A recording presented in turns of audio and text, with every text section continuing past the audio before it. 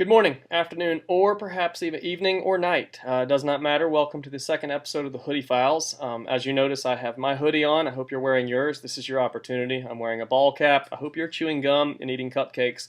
All of these things are acceptable. This is part of your homework for the evening. Today we're going to be talking about advanced MLA topics, or you can just think of it as how to format your paper to make it look professional and meet up to probably any standards you're going to see from your high school students and on into your college career. Just to get started, some of the basic concepts. You've seen this in other classes before. Teachers are always going to be looking for every line to be double spaced, and they're going to be looking for 1-inch margins around all the sides.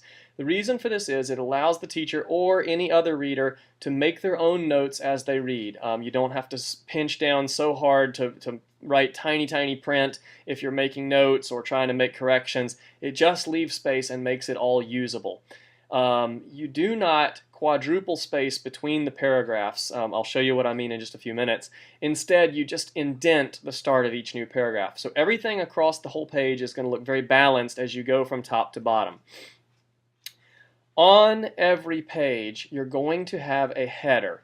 Use the help menu if you don't know how to do this. I'll show you again an example in just a few minutes. But basically, this is a way of setting up Microsoft Word, or I guess it's Apple's Office suite, the Pages, where there is a bit of information, like a page number and your name, that goes on the top of every single page. No matter how many you have, the computer will do it automatically. This should always be, on the right-hand side of the paper, and it's going to be very simple. Just your last name and a page number. The Works Cited page, as we have talked about, is simply the last page of your paper, and therefore it also gets its own page number. On the first page, you're going to have a couple of lines of information. You're always going to put your name, your teacher's name, Dr., Mr., Mrs. Brown, whoever it is, the course. For us, it's 20th century world history. Try not to abbreviate. Try to just be very straightforward and simple. And then the date here, November 10th, 1775. Go ahead and put it in that format whenever it is that you're writing your paper. All of the header information, this author header, is going to be double spaced. After you put it in, you will double space, put your title, then double space again, and start typing. And I'm going to show you right now what I mean. Here I'm going to use the pointer. You have an example MLA paper. Up here is your heading. You have your last name and a page number. Caitlin, page number 1. Here's this author information block. We have the author's name, the professor's name or teacher, whatever. You have the title of your course right here, and you have your date information. They've used a slightly different format. There's any number of ways to write the date, but it should be in words and not, just simply numbers. They've got a double space. Then they've got the title. The title's not bold-faced or underlined. It's just like everything else on the paper. Then another double space. Then you have your paragraphs, 1, 2, 3. Note each paragraph is indented. This is one of your tab stops. It's over there on the left-hand side of your keyboard. There's only a regular old double space, not a big quadruple space between each paragraph. So you keep it very simple. Surrounding the whole page is a 1-inch margin, top, bottom, sides. Everything looks nice and neat on this paper, and it just goes top to bottom. There's no weird gaps or anything that sticks out anything more than just the text and just the information you need. So this is a very good example of what an MLA paper should look like. Now let's look quickly at the in-text citations. We talked about this in class. The main rule here is to remember, always refer to your style guide, because there is a right way. No matter what it is that you are citing, whether it is a book or a website or a painting in a gallery or a class discussion, there is one right way to cite it. And you can, you can always find the answer in a style guide, whether that is your Easy Writer manual, whether it's a Holt handbook or some other manual that you've gotten from your English class, or whether you're using the internet, a college website. If you've looked at MLA style guides, you'll note there's always a right way to do these things. We'll look first at these in-text citations. And the first example I want to use is an in-text citation when you have an author, when there is an author known. For instance, the basic here would be just if you're using a book. Okay, maybe it's a newspaper article, maybe it's a magazine article, but if you know the author, you're always going to use what's called the author page style. We talked about this earlier and we've gone over this in class. Here's an example. If you've written the sentence, human beings have been described by Kenneth Burke as symbol-using animals, You've already told your reader that Kenneth Burke is the author you're talking about, and here is simply page number. In Kenneth Burke's book, on page 3, the reader can expect to see this quotation. Another example would be if you don't use the author's name in the sentence. Human beings have been described as symbol-using animals. Now you're telling your reader, parentheses, author's name is Burke, page number is 3, close parentheses.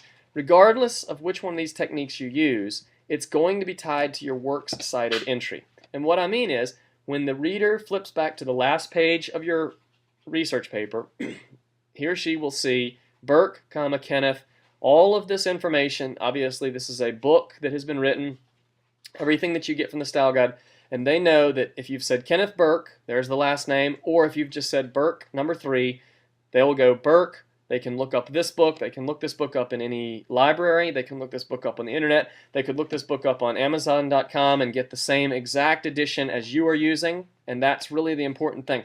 That's what you're trying to do when you do in-text citations, is make it easy on your reader to find the information if he wants to follow the track of your thought and pursue some other of his own research.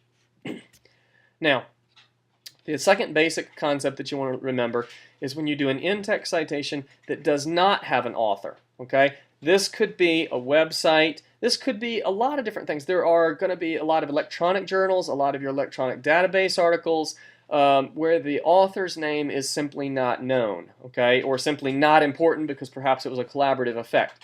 Here, you're going to change it slightly and use a title page format, title and page. For instance, if you use the sentence, we see many global warming hotspots in North America because it has more accessible ways to study climate change. Here, in quotes, we see impact of global warming, close quotes, page number 6, parentheses, okay? Of course, if there was no page number, if it was an online database, you wouldn't have that. You would just have impact of global warming, okay? Again, just like an author title, an author page section, you're going to see that this is going to tie to some title in your works cited page. For instance, this ties to, quote, the impact of global warming in North America. What you've put is impact of global warming. The whole title is the impact of global warming in North America. You don't want to put this whole long title, and you can imagine an even longer title if there was a colon here describing years or months or whatever. You want to keep it short and sweet, but enough that a reader can find this title down here. If it was me and I pulled this example directly out of a style guide, I would even think that it's possible just to use the title Impact, page number 6, if you don't have any other articles that have the word impact in them. Either way, that would be up to you. You just want to keep these citations as short and sweet and to the point as you can so that they don't distract your reader as he reads through your paper. This is a navigation technique, but it ties right here to the works cited page. Again, all of this information comes from the web. This is the date that it was published on the web. All of that came from a style guide, and you would see exactly how to cite something something without an author when you look at your style guide. Other types of citations, and I keep going back to this. There's online databases, there's paintings in museums, there's news articles, there's class seminars, there are your own notes, there are interview notes, transcripts from interviews, TV programs. Always refer to your style guide. I can't say that enough, and I'm going to be saying that over and over as we continue to write research papers. You're going to ask me, how do I cite a blank? And I'm going to answer, let's look at the style guide. I'll be glad to look at it with you, but you got to keep in mind that there is always a right way. There's any number of wrong ways to do it, and you certainly want to avoid that because it's so simple to find the right way, and that's by looking at a style guide. And especially when you have the one-on-one technology right in front of you, this makes it so easy because if you Google up MLA style guide and you keep in mind that, especially if it's on a university's website, it's going to refer to the standard MLA format, and it's going to get you in the right place, okay? Your print copy is very easy, your easy writer manual to keep on your desk as you work, but you have the resources of every university across the globe, I guess, right there at your fingertips. And I always am going to expect you to refer to the style guide because you are expected to do it the right way. All right. This has been a really quick introduction to some of the actually advanced topics in MLA format. And as always, I appreciate you looking at this. If you have any questions, you know how to find me during extra help, or certainly send me an email. We will keep working on this as we work forward in our research papers. Thank you very much. Have a good evening.